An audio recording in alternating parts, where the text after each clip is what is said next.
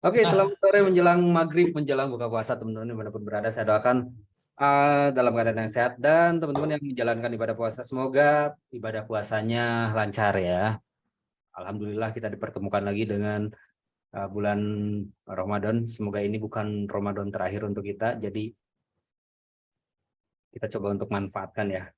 Walaupun sedang puasa, tapi market normal ya. Market bahkan cenderung bergerak dengan range yang lebih besar karena ya kita juga melihat bahwa hubungannya antara bulan puasa dengan market itu biasanya nggak terlalu ini ya nggak terlalu uh, kenceng gitu. Walaupun kayak misalkan lagi Lebaran pun kan market sebenarnya masih normal gitu. Dan kalau kita lihat lagi untuk hari ini, sebenarnya hari ini tuh bagus sih kalau menurut saya. Ini kalau kita lihat lagi di Zoom ini share ya untuk layarnya. Nah kalau kita lihat lagi di layar, ini kan harga kemarin sempat drop di 1933 ya, itu dari sore itu dia udah mulai turun-turun untuk mencoba untuk retest di level tersebut tapi belum bisa untuk di break akhirnya. Dan ketika rilis suku bunga walaupun suku bunganya sesuai dengan yang diharapkan tapi tetap harga atau dolar Amerikanya melemah dan XAU-nya terbang kemarin. Kenapa bisa kayak gitu? Karena memang kalau kita lihat lagi, ya suku bunga memang naik, tapi dampaknya ternyata negatif ke market forex. Itu juga udah sempat saya share, sempat saya jelaskan juga kenapa bisa seperti itu. Kalau saya kemarin kan intinya kita tandai aja marking bareng-bareng waktu terakhir live di YouTube hari Jumat ya kalau nggak salah. Kita udah marking bareng-bareng, waktu itu kita dapat di angka 1933. Dan ternyata level itu memang ternyata susah untuk dijebol. Walaupun saya sebenarnya berharap level itu bisa dijebol, tapi ternyata memang susah untuk dijebol. Apalagi ketika dia terbentuk high yang baru di sini, dan ketika saya tarik Fibonacci, ternyata ini memang pas dengan golden ratio-nya. Nah, saya ambil dari swing low ke high-nya di major wave-nya. Ini pas banget di golden ratio Fibonacci 61,8. Dan ini sempat beberapa kali dicoba untuk di breakout, tapi nggak mampu di breakout dan akhirnya harga balik ke atas. Dan kalau kita lihat MA pun memang menunjukkan ada di level yang bawah dan udah crossing kemarin, artinya memang mengiyakan bahwa ini masih ada potensi untuk mengalami kenaikan. Walaupun sekarang misalkan dia turun, kemungkinan kalau menurut saya dia nggak akan atau sulit untuk tembus di bawah level 1933. Karena kalau kita lihat lagi dari beberapa data fundamental pun belum ada yang mendukung untuk dolar Amerika menguat dengan skala yang besar. Terlepas dari kemarin ada 3 bank, ada National Bank, ada Signature, ada UBS, ada Swiss Credit Suisse gitu kan, ada 4 atau 3 bank yang memang sekarang kolaps gitu, dan itu memberikan dampak yang luar biasa, dan ini dikhawatirkan akan mengulang yang terjadi di tahun 2008. Itu nanti kita bahas lebih detail. Di sini saya nggak akan bahas. Intinya Amerika sekarang lagi dihadapkan dengan sebuah keputusan yang sangat tricky antara menyelamatkan makroekonomi atau menyelamatkan perbankan. Karena cure atau obat untuk menyelamatkan inflasi itu adalah menaikkan suku bunga, tapi yang menjadi ironisnya adalah cure yang untuk menyelamatkan makroekonomi malah menjadi masalah untuk perbankan. Karena suku bunga dinaikkan itu memang menjadi solusi untuk mengatasi inflasi yang tinggi, tapi menjadi masalah untuk dunia perbankan karena banyak orang yang kehilangan trust dan dikhawatirkan terjadi yang namanya rush money, apalagi dikhawatirkan lagi akan terjadinya banyak orang yang kehilangan trust ke atau merasa nggak secure lagi untuk menyimpan uang mereka di bank. Dan itu adalah masalah yang kompleks. Jadi intinya ini adalah sebuah masalah dengan satu cure tapi yang kontradiktif. Untuk ini menjadi solusi, untuk perbankan menjadi masalah. Nanti kita bahas lebih detail. Kalau untuk itu saya nggak akan bahas itu dulu. Saya pengen bahas rule 3 candle. Nah, rule 3 candle untuk saya untuk belakangan ini lebih menarik ya. Mungkin kalau untuk fundamental next time lah kita bahas, mungkin di live YouTube atau di kesempatan yang lain. Tapi saya pengen nge-review dulu rule 3 candle nih. Teknik kesayangan ya. Karena berapa hari ke belakang aja TP terus tuh. Ini yang pertama, kalau kita lihat hari ini, cuman hari ini pasti banyak yang kecolongan yang nggak bisa OP duluan tuh. Karena kalau kita lihat open daily price ini, candle pertama dia udah 5 poin, artinya udah bisa langsung buy. Sayangnya pasti masih banyak orang yang di pagi-pagi seperti ini yang belum lihat market. Dan di candle ketiga harga udah TP duluan. Jadi yang bangunnya jam 7 jam 8 pagi baru bangun, kemungkinan tadi dapat nih momentum 3 candle, padahal lumayan tuh 5 poin. Tapi intinya untuk hari ini rule 3 candle itu TP. Hari kemarin juga ada momen 3 candle, momennya sell TP juga. Hari kemarinnya juga ada momen buy TP juga. Hari sebelumnya ada momen buy TP, dan hari sebelumnya juga ada kok hilang. Kenapa ya? Enggak, oh ini sorry. Dan kalau hari-hari sebelumnya juga ini ada momen sell TP, ini nggak ada momen, ini ada momen buy TP, ini ada momen sell TP juga, ini nggak ada momen. Intinya kalau kita lihat lagi dari beberapa pekan, bahkan lebih dari 4 pekan ke belakang, rule 3 candle itu hampir tanpa ada melesetnya. Kecuali kalau teman-teman yang sistemnya itu pasang stop loss atau take profit sama SL, itu kemungkinan akan kena duluan gitu. Kenapa? Karena ya saya selalu memberikan 2 opsi ya untuk rule 3 candle ini. Kalau misalnya saya pribadi memang basicnya rule 3 candle ini melakukannya enaknya itu averaging, bukan langsung buy atau sell langsung pasang TP sell. Itu biasanya kena duluan karena range sawi yang memang besar. Beda kayak zaman dulu waktu rule 3 candle ini masih akuratnya itu dipakai di Euro USD, itu enak pasang SL, pasang TP, range Euro segede-gedenya Euro berapa pips sih gitu kan, masih bisa di handle juga gitu dengan balance yang mohon maaf misalkan kurang pun sih bisa gitu. Tapi kalau di SAU itu kan range-nya besar. Satu candle-nya SAU panjangnya bisa panjang satu range hariannya di Euro. Masalahnya itu kalau kita menggunakan rule 3 candle di XAU USD terus langsung pasang SLTP, itu kemungkinan besar kena duluan. Makanya saya itu bukan karena menggampangkan atau apa ya, mohon maaf, tapi ketika ada yang bertanya modal itu berapa, kalau saya selalu menyarankan sebesar mungkin, mampunya 500 juta, mampu 1M, mampu 5M ya 5M gitu. Tujuannya apa? Ketika kita menggunakan sebuah metode trading kayak gini, kita akan lebih nyaman dan kita bisa melakukan yang namanya sistem atau metodenya itu averaging. Kalau yang yang pasang SLTP itu biasanya kena SLTP duluan. Kalau yang sistemnya averaging, orang lain kena TP, dia malah double profitnya. Itu enaknya. Tapi itu juga ada rule-nya, ada aturannya. Kalau averaging itu harus seperti apa. Nah, kalau di SAU, saya pribadi mengembalikan ke teman-teman, apakah mau digunakan SLTP atau mau sistemnya averaging. Kalau SLTP silahkan kembali lagi teman-teman, user MA kah, user moving average kah, atau Bollinger Band atau apapun itu bisa dijadikan acuan untuk TPSL-nya. Tapi kalau saya sendiri, saya sistemnya itu averaging metodenya.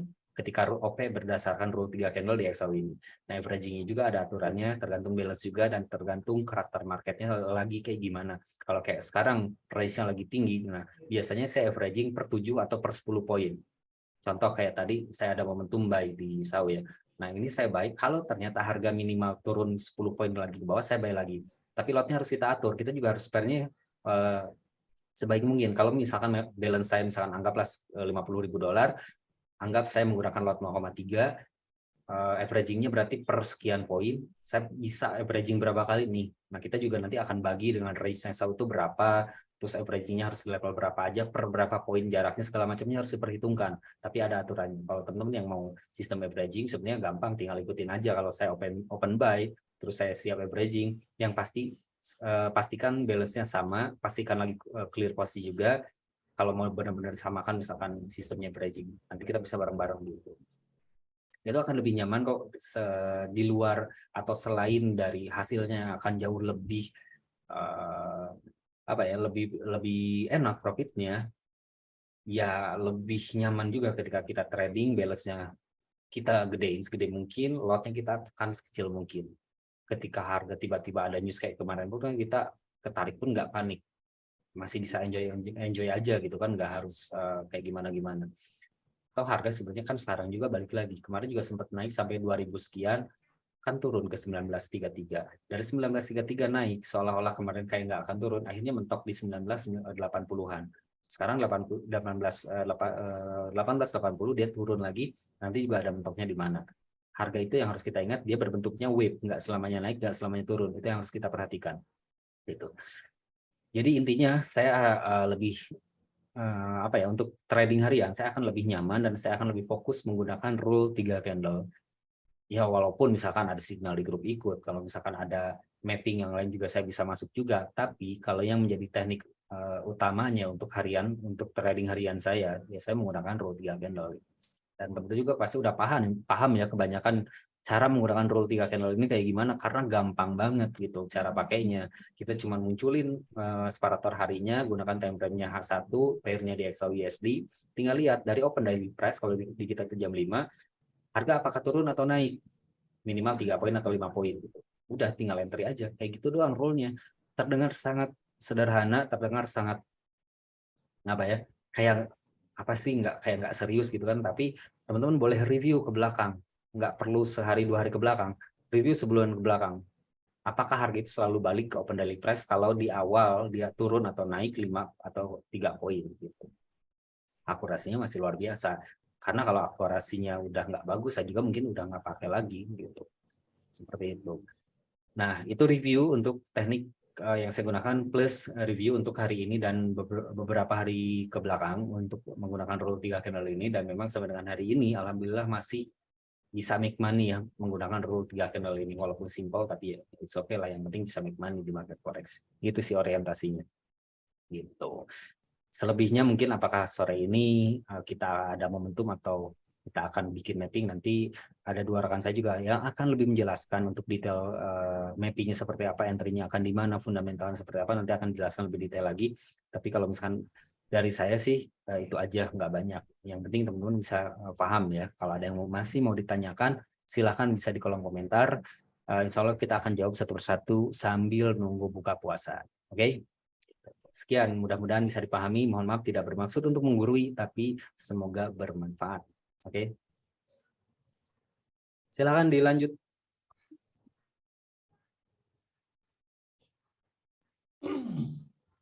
Oke, terima kasih ya Mas Irsyam, luar biasa sekali tadi penjelasannya yang sangat jelas banget dan simple tapi berbobot banget lah untuk teman-teman untuk isinya, dan teman-teman nanti bisa lebih pelajari lagi. Barangkali teman-teman ada yang masih bingung nih cara menggunakan metode atau teknik rules 3 candle tersebut, itu ya bisa langsung komen aja di kolom komentar, atau mungkin misalkan teman-teman malas ngetik, bisa open cam, bisa open mic juga bisa ya kayaknya, boleh kayak gitu ya. Oke, mungkin kita langsung ke Q&A aja. Di sini ada dari Bapak Juliana Tanujaya. Master, pergerakan hari ini XAU masih slow ya, limitnya apakah masih berlaku?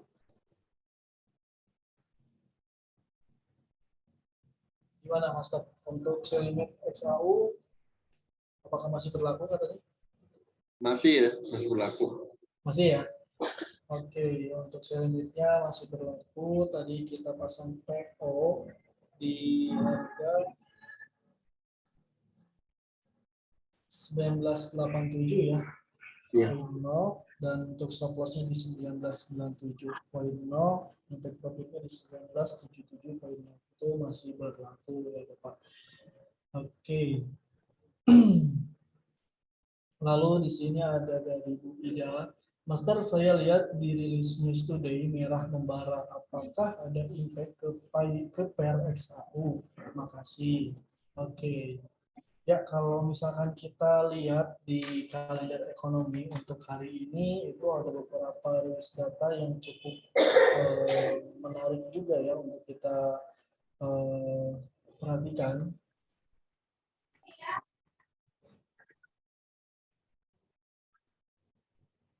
Mas Syam mungkin boleh di close dulu itunya. Oh iya, sorry. Share screen-nya. Nah,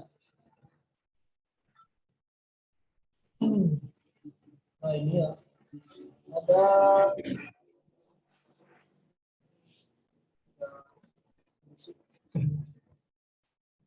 Nah, untuk hari ini itu ada beberapa rilis data juga yang sangat menarik ya di market forex dunia, yaitu seperti biasa sih sebenarnya setelah ada FOMC meeting itu biasanya disusul atau diikuti oleh bank negara lain, salah satunya yaitu pound sterling GBP ya.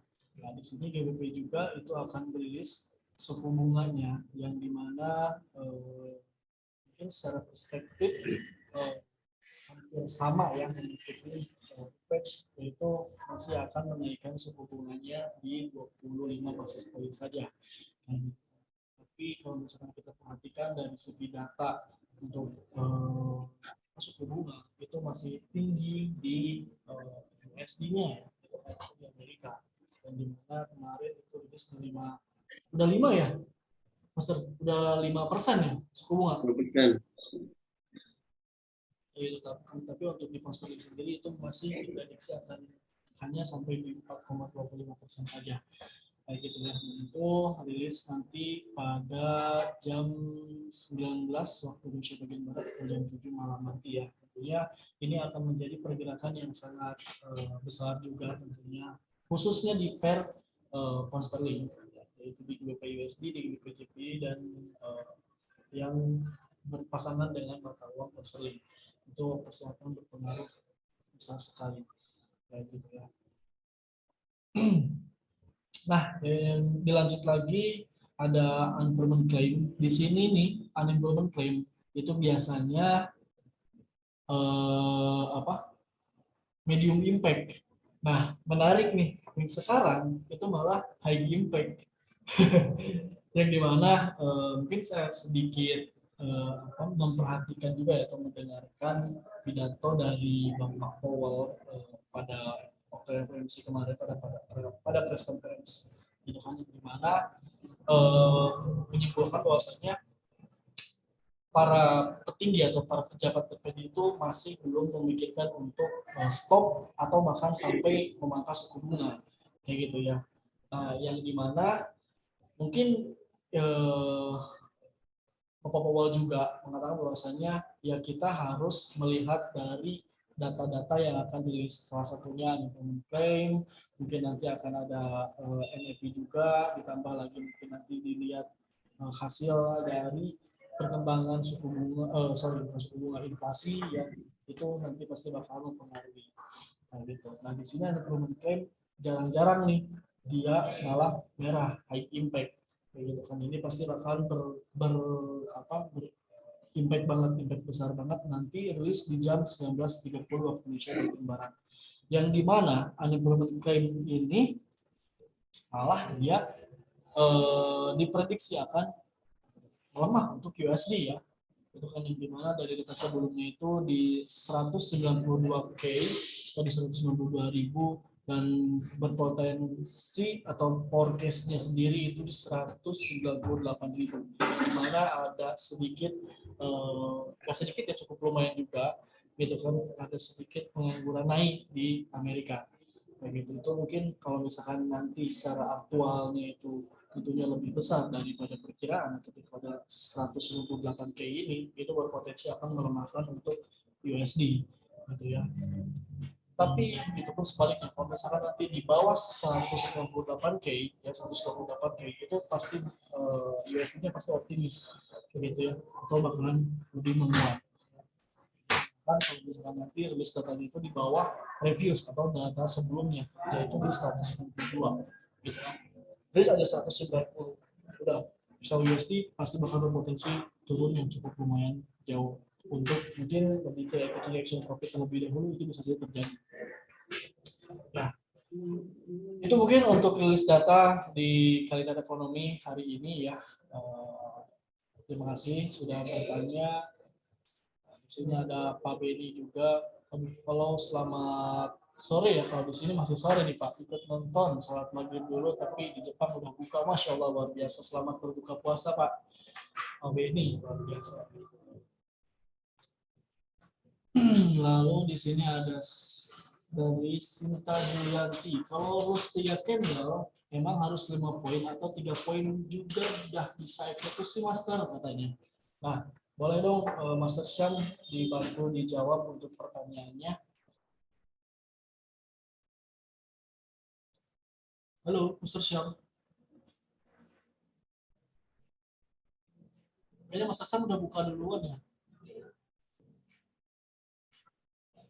Puasa ya.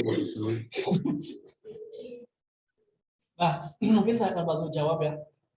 Terus dari 3 candle itu sebenarnya ya dua sih sebenarnya, ada dua pilihan juga. ya kita bisa eksekusi juga pada saat udah 3 poin juga gitu ya. Tapi dengan kekurangan dan kelebihannya masing-masing kayak gitu. Kalau misalnya kita dapat kasus pada saat 3 poin saja gitu ya, dan profitnya itu pasti bakalan ya hanya 3 poin saja gitu ya, cukup lumayan pendek. Gitu kan. Tapi tentunya itu berpotensi ya bisa ketarik dulu kayak gitu. Kalau saya sih lebih rekomendasiin 5 poin ya. 4 lah, minimal 4 sampai 5 poin itu udah bisa kita eksekusi. Kalau 3 poin terlalu sempit kalau menurut saya ya. Tapi tentunya itu balik lagi ke teman masing-masing. Kalau misalnya pengen ya udah lah gitu kan ya, 3 poin aja nggak apa-apa, saya udah berani juga dengan resikonya, ya silakan. Tapi kalau saran saya sih lebih ke 4 sampai 5 poin baru kita bisa making decision untuk ganti posisi menggunakan terus dari 3 candle kayak gitu. Nah, mungkin ada tambahan dari Mas Arsyad untuk jawab pertanyaan ini dari Bu Sinta Junia. Boleh?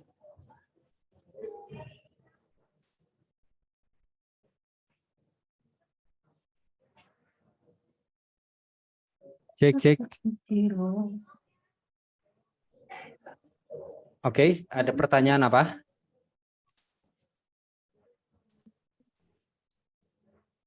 Oh, dari Ibu Sinta Junianti. Ya, betul.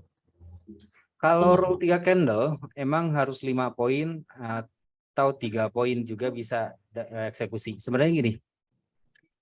Kalau kita lihat di awal mula adanya rule 3 candle ini kan dulu tuh di pair Euro USD yang mana range-nya juga kecil. Sebenarnya nggak harus 3 poin pas, 5 poin, 2 poin pun sebetulnya bisa dikatakan ada momen. Jadi logikanya tuh gini. Harga di ODP, Open Daily Price, kalau harga belum pernah, kalau harga itu langsung naik atau langsung turun, jadi gini.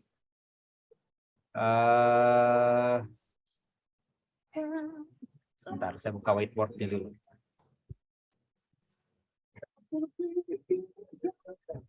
Nah, whiteboard ini ya. Candle itu kan, kita berbicaranya itu candle daily ya. Atau candle aja dulu lah. Candle itu kan kalau baru awal tumbuh kan kayak gini ya bentuknya. Sebentar. Nah, candle itu kalau awal tumbuh kan bentuknya baru kayak gini doang, garis, belum ke atas, belum ke bawah. Nah, kalau candle itu biasanya kalau kita lihat, dia itu kan selalu ada yang namanya shadow ya. Kalau misalkan dari open daily price-nya dia langsung turun, biasanya di pertengahan, kalau ini H1 berarti di menit ke-30, biasanya shadow itu balik ke atas. Balik ke atas, bawahnya ini jadi shadow. Kayak gini. Nah, atasnya yang nanti jadi body. Yang ini jadi shadow. Kayak gini kan. Logikanya ke situ sebetulnya. Rule 3 candle tuh. Jadi kalau kita lihat lagi, candle itu awal tumbuhnya kan bentuknya baru kayak gini nih.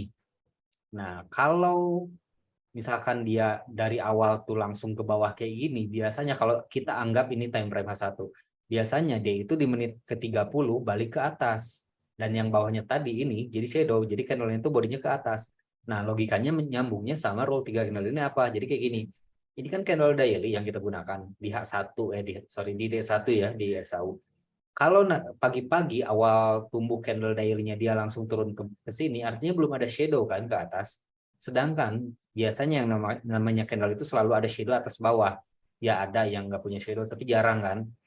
Nah, ini candle daily-nya kita anggap dia turun ke bawah, anggap 20 poin. Kemungkinan di pertengahan hari atau di pagi harinya bisa aja langsung dia akan balik jadi ke atas kayak gini. Terus yang tadinya shadow-nya ini kenapa ngalangin ya? Bilang. Nah, yang bawahnya tadi bekas turunnya dia kan jadi shadow kayak gini. Jadi logikanya tuh kayak gitu. Sebenarnya nggak harus mengacu ke 3 poin, 1 poin pun sebetulnya sama valid juga. Cuman kan masa iya sih kita ngejar 1 poin, ketarik sama swap komisi sama spirit juga udah berapa, habis nggak adaan gitu kan, kita kejar ya nggak worth it gitu kan. Makanya dulu tuh kita karena di euro kita bikin aturan 30 pip deh atau 3 poin kalau di emas gitu. Nah, kenapa? Karena ya 30 pip di euro itu kan udah terhitung besar banget gitu. Dan kalau di euro range-nya kecil. Jadi kita tuh dulu momennya roll-nya panjangnya 3 poin aja atau 30 pip gitu. Nah, sekarang berhubung ya kita gunakannya ini di time frame di pair-nya itu di XAU tuh jangankan 5 poin, 10 poin aja masih dihitung kecil untuk ukuran XAU USD. Makanya kita lebarkan. Tujuannya kalau kita masih ke floating itu nggak terlalu jauh ke floatingnya. Atau kalau kita bisa manfaatkan momentumnya juga kita bisa dapatnya 5 poin. Tapi sebetulnya 3 poin pun masih udah bisa dikatakan udah masuk rule-nya. Karena kita anggap shadow ini ya. Shadow ini walaupun cuma 3 poin kan tetap shadow. Jadi tadinya yang harga turun 3 poin dulu, kita balik sini kan harga itu balik sini TP. Itu sebenarnya rule-nya atau basic-nya logikanya tuh. Gitu. Jadi sebenarnya nggak harus 3 poin atau 5 poin. 4 poin atau bahkan 2 poin pun sebenarnya valid. Cuman kan masa iya kita mengejar 2 poin. Makanya saya bikin batasan minimal 3 poin. Minimal ya. Minimal 3 poin. Dan lebih bagus lagi kalau 5 poin ke atas. Kalau 10 poin dapatnya gimana ya lebih bagus. Gitu. Oke, udah ya. Tuh, semoga bisa menjawab Ibu Sinta.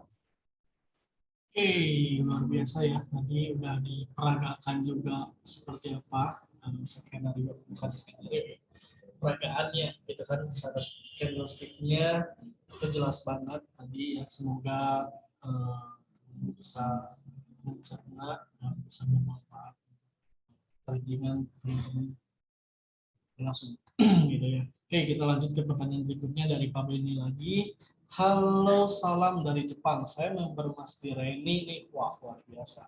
Pertanyaan saya, jika ada FOMC kayak semalam, apakah biasanya 0,1 bisa lebih besar dan melanggar money management?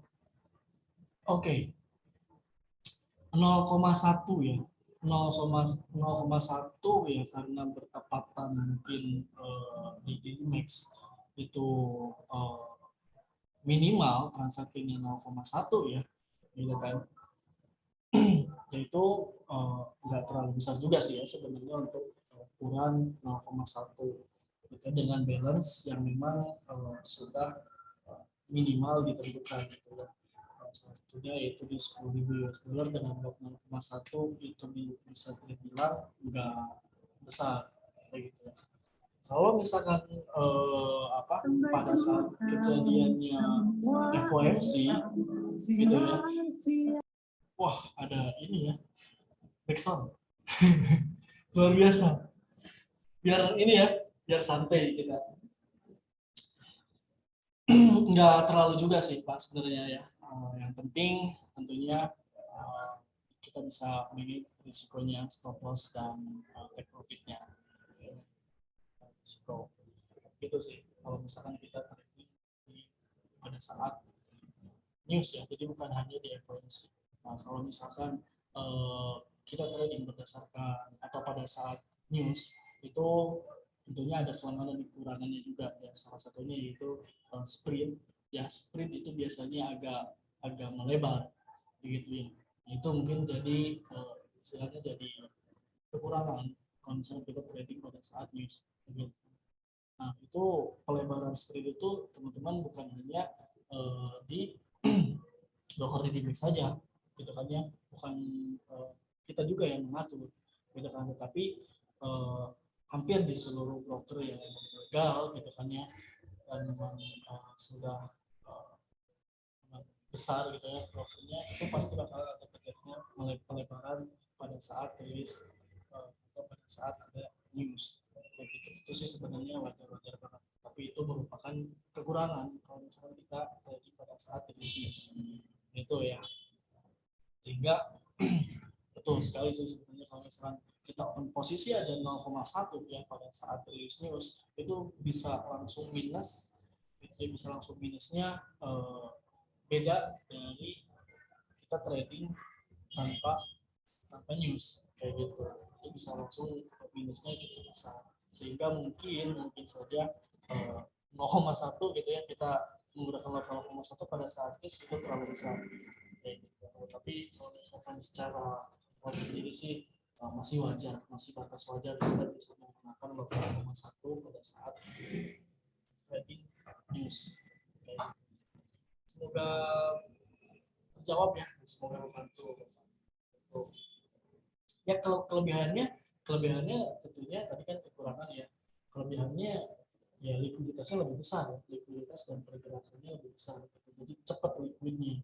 Ya, kita bisa ambil cepat-cepat tuh, gitu ya. Ambil langkah cepat-cepat beberapa jam bahkan itu bisa kita nunggu hanya detik pun kita bisa cuan ya. Itu pada saat ini. Semoga terjawab dan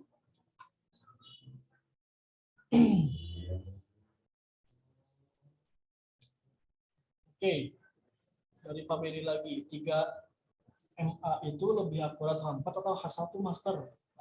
Boleh dong dijawab oleh Coach Vincent, silahkan Coach.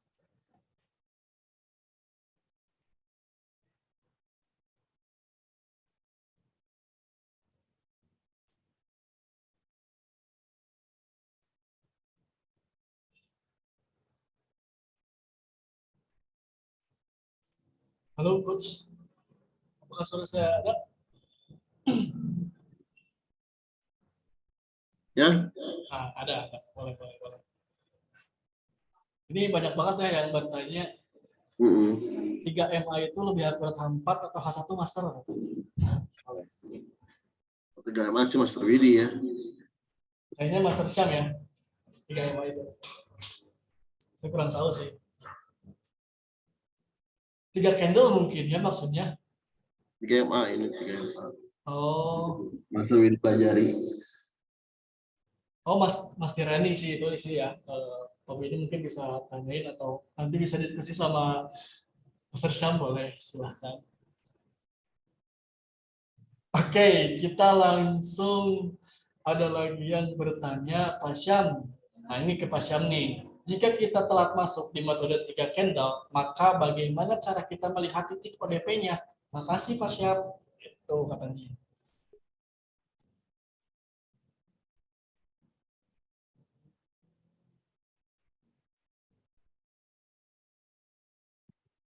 Lagi TikTokan semuanya. Oh, Pak Syam lagi nyawer ya kayaknya. Namanya. Oke, mungkin Coach sebelum kita lanjut ke Q&A-nya, ada beberapa nih yang udah request analisisnya. Boleh dong langsung aja kita analisis di teknikalnya. Yang pertama, Euro. Boleh Coach, silakan. Euro ya. Ya.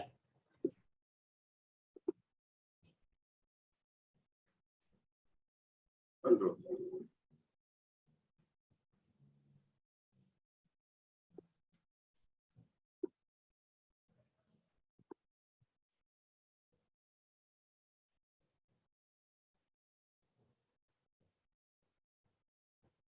Oke, ini untuk Euro-nya ya.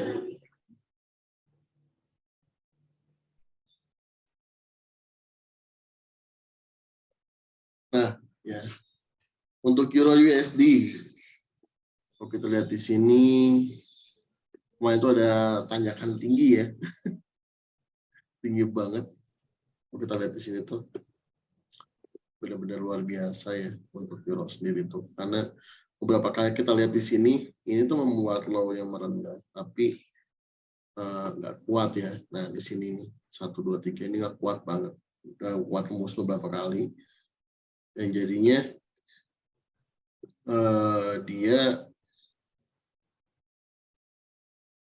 didukung juga oleh ini ya, suku bunga ya. Suku bunga yang Euro naik juga kan. 50 basis poin ya. 50 basis poin. Jadinya tuh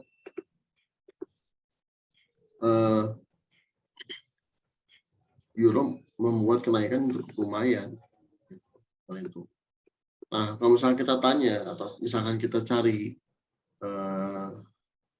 kenaikan saya mana, apakah masih bisa naik atau enggaknya? Ya jawabannya itu adalah masih bisa ya. Untuk jangka panjang sendiri Euro masih optimis naik banget ya dari saya pribadi untuk jangka panjang sendiri ya. Ini kalau kita lihat di sini masih bisa ke 1,2 ya. Masih bisa banget ke 1,2 bahkan sampai 1,3 pun masih bisa. Jadi kalau euro saya emang dari kemarin itu saya udah fokuskan buy ya, buat teman-teman yang nyimak tuh. Selama euro masih ada di bawah 1,0 ya, 1,0 udah aja buy, cari support terus dibuy lagi gitu. Kalau sekarang misalkan masih bisa nggak bayar sekarang? Ya kalau sekarang kemungkinan saya udah akan ada koreksi dulu ya. Koreksi dulu sampai 1,08 dan dari sini kita bayar lagi. Jadi untuk euro masih panjang naiknya, ya sepanjang naiknya. Tapi tenang aja kalau misalkan ke bawah floating nih ya, kalau ke bawah floating sama euro, nggak usah khawatir juga karena euro tuh range-nya paling kecil, ya. paling bersahabat lah range-nya itu. Kalau dari sini sendiri, saya lihatnya adalah ini sudah tarik ya, seperti ini. Nah, simulasi external retracement-nya itu ada di level dari sini. 118 kan udah selesai ya, kalau kita lihat di sini tuh benar-benar udah selesai.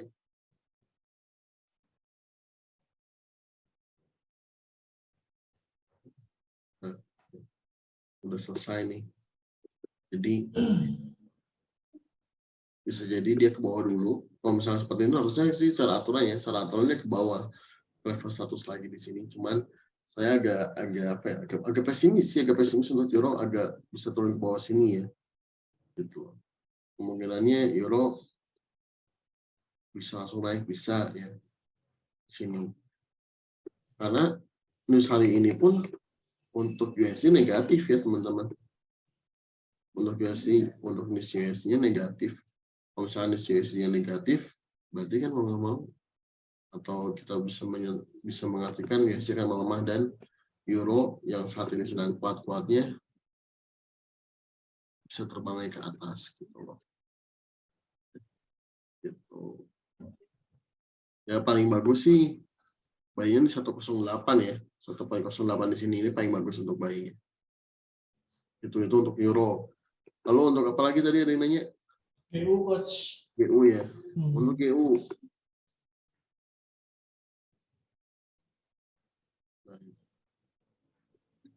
Untuk GU sendiri sama ya. Kalau kita lihat GU juga posisinya pagi GU hari ini ada suku bunga ya. GU perhatikan hari ini ada suku bunga. Jadi suku bunganya diprediksi akan naik 25 basis point nanti pukul 7 malam. GU posisinya juga sama ya. GU masih bagus untuk kita buy. Apalagi kalau kita lihat di sini ini kan ada candle buy ya, candle buy, seller buy. Nah ini ditegaskan lagi jadi candle buy ini tuh. Jadi bisa jadi GU kalau dari satunya ya daily-nya bisa mengejar atas lagi untuk hari ini didukung oleh kenaikan suku bunganya. Kalau misalnya kita pengen nge-buy GU, jangan ke GU menurut saya pribadi ya, lebih baik ke GJ. Nih, GJP ini posisinya masih di bawah. Setuju coach. Masih di bawah kalau dibanding kalau misalnya kita pengen ambil nih, GBP akan menaikkan suku bunganya. Ya udah kita lari ke GJ aja dibandingkan GU. Oke, karena GU udah cukup atas ya. Udah tinggi ya? Ya udah cukup atas lah. GJ di sini masih ada tadi, masih tembus supportnya di sini. Insya Allah gitu. Dan retracement cukup lumayan. Double bottomnya lumayan bagus ya, lumayan cantik. Apalagi di sini didukung oleh ada candle dia berhasil melewati high ya. Dan dia berhasil melewati high baru, high baru di sini. Dan minimalnya kalau misalnya secara teori itu begini ya, ini double bottom, ya ini harusnya bisa lebih tinggi dari sini. Gitu ya. Sini mungkin nggak, mungkin aja, ya. Mungkin aja. Kita tarik tren lain begini. Ya. Nah ini menjadi target berikutnya. Kemudian, jadi kalau untuk GJ, untuk GU bisa baik. Kita berdasarkan dari fundamentalnya yang akan menaikkan suku bunga 25 basis point ya jam 7 nanti. Jadi kita bisa incer baik ke GBP/JPY dan GBP/USD. Tapi kalau saya sendiri menyarankan adalah ke GBP/JPY Gitu. Oke, mungkin bisa coach langsung rilis signalnya ke BPJPY kayaknya match tuh. Kalau misalkan mau ambil signalnya, ya paling best entry-nya di sini ya. Di sini nih, itu harga 16120 ya. Gitu. Jadi kalau misalkan mau, kita bisa ambil buy limit di 16120.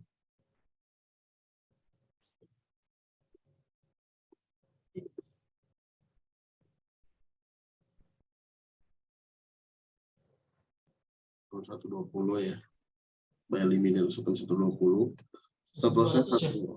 ya, stop loss itu agak lebar ya, karena kan GBPJP sendiri emang karakter PN-nya emang range-nya besar. Ya. Jadi stop loss-nya bisa kita pasang di 60 pip juga sama di 160.60 stop loss-nya. Oke. Oh, 50 aja. 50 aja ya, 160.50. Dengan take profit-nya di 162 ya, 162.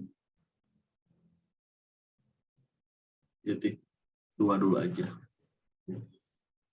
Nah, seperti ini ya. Oke. Nah, ini signal kita untuk hari ini. Sekarang limit 161.2, stop loss-nya 160.5, TP-nya di 160.2. Oh, itu ada lagi analisanya SAU ya. Tahu mungkin yang terakhir coach. Oke, SAU yang terakhir sebagai penutup juga ya. Ya. Kita udah jam 5 juga ini, karena akan bersiap-siap berbuka puasa ya. Betul. Gitu. Untuk SAU sendiri ya, SAU sendiri kalau kita lihat kan tadi tuh limitnya di 1987 ya. 1987 itu dia dari mana? Dia dari sini ya. Untuk ini akhirnya dan resisten hari ini pun sama di 1987. Gitu. Jadi sebenarnya apa sih yang bisa menyebabkan yakin banget ada sell limit di sini gitu? Apa nggak takut terbang?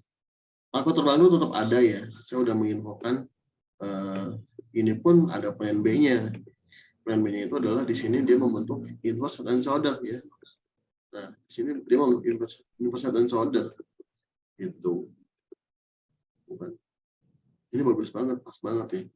Kalau kemarin tuh head and shoulder di sini emang valid, tapi secara aturan head and shoulder di atasnya di sini itu adalah nggak lebih dari ini, ya. Lalu dari sini kita masih bisa entry sell. Misalkan kita punya sell di sini ya, kita punya sell di sini, ini nggak salah dan ini emang aturannya begitu. Secara teori dia bisa langsung ke bawah. Secara teori itu sinyal begini. Secara teori gitu.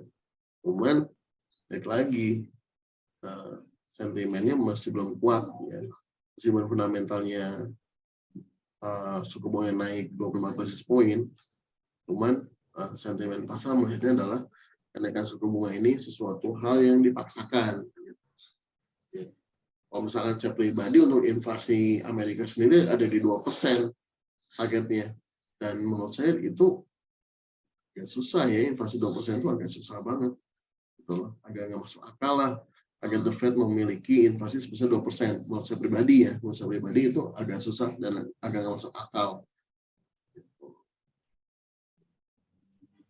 Dan kalau misalkan dipaksakan untuk menaikkan suku bunga terus, ya siap-siap aja mungkin banyak akan bank yang kolaps juga.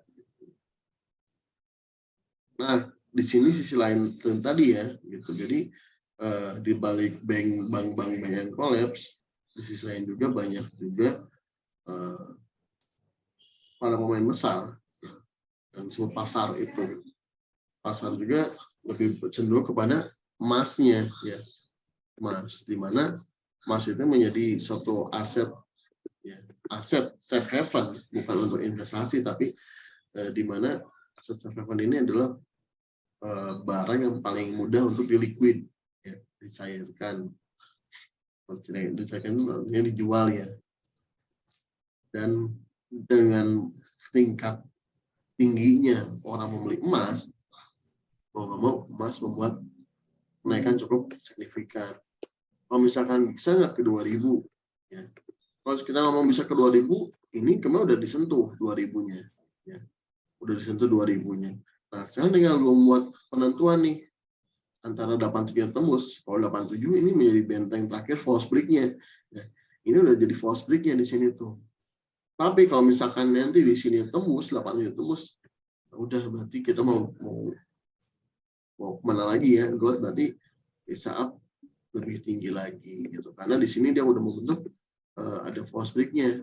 Tinggal melihat aja seberapa kuatkah 87 menahan untuk bayar ini. Kalau misalkan 87 nggak tembus, kalau 87 nggak tembus, ya udah kita tinggal fokus doang sampai gap ini, ya, sampai gap di 1870 ini disentuh. Ini belum disentuh-sentuh, ya, belum disentuh-sentuh, belum ditutup gap ini tuh. Nah, ini plan A-nya ketika 87 ya. 87 ini nggak ditembus, bisa turun sampai 1870. Tapi kalau misalkan nanti 87 tembus ini, ya udah kita mau jadi apa? Jadi lebih ke buy ya, lebih ke buy sampai ya sampainya sampai sini teman-teman ya. Misalkan yang kemarin yang apa? Mapping saya itu adalah ini tuh begini ya. Ini gini.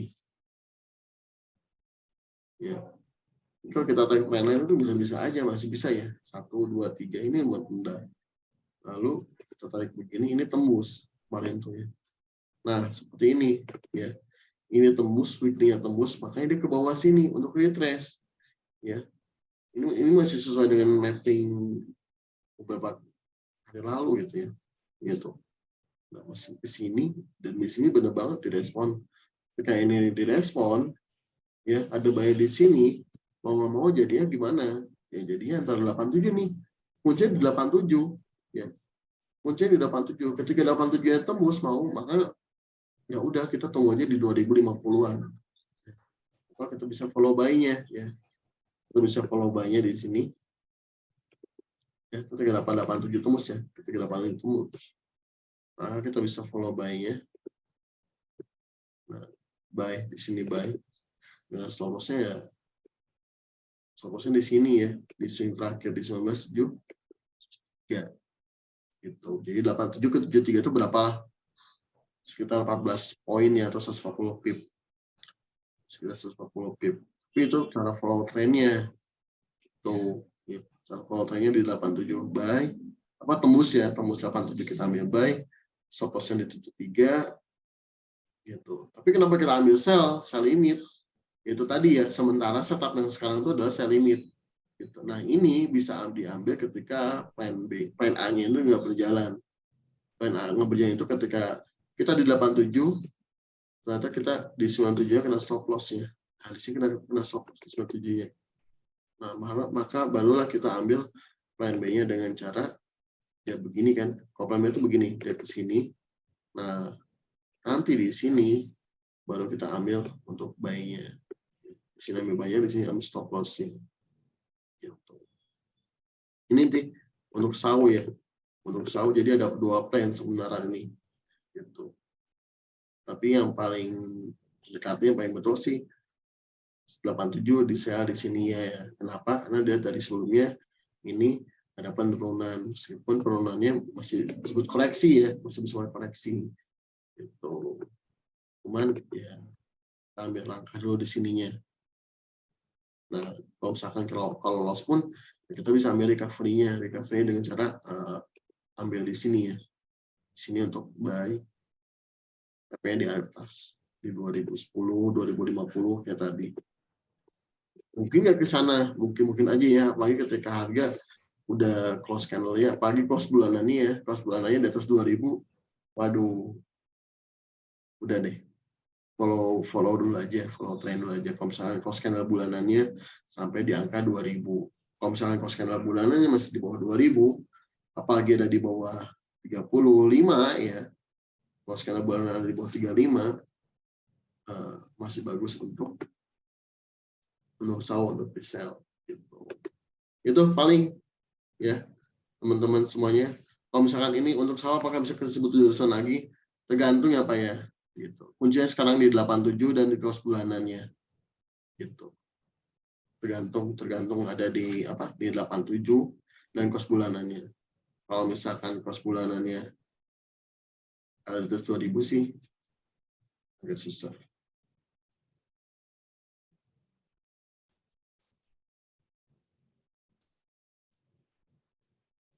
Kalau untuk Pak Beni, kalau misalkan untuk apa namanya, tiga emas itu beda dengan yang punya Mas Reni ya. Kalau Mas Reni itu 3 emasnya seperti 3 emasnya Miss Stanley ya, Miss Stanley 8, 21, dan 125. Kalau saya pribadi 3 emasnya itu adalah di 13 dan 4. 13, 34, dan 200. Ya, gitu.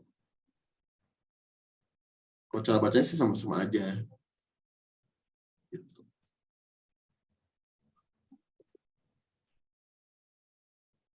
Oke, sepertinya sudah terjawab semua ya pertanyaannya.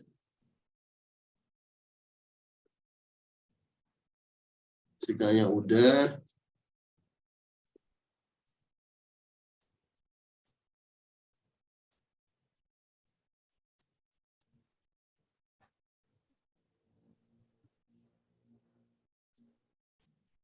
silakan jika yang ingin tanyakan lagi sebelum kita tutup ya.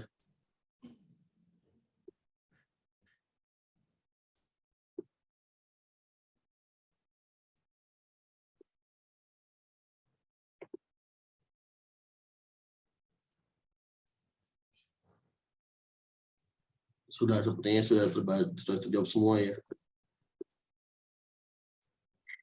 Ya, mungkin Oke. sudah terjawab semua ya. Atau masih ada lagi yang mau ditanyakan, boleh silakan. 15 detik dari sekarang.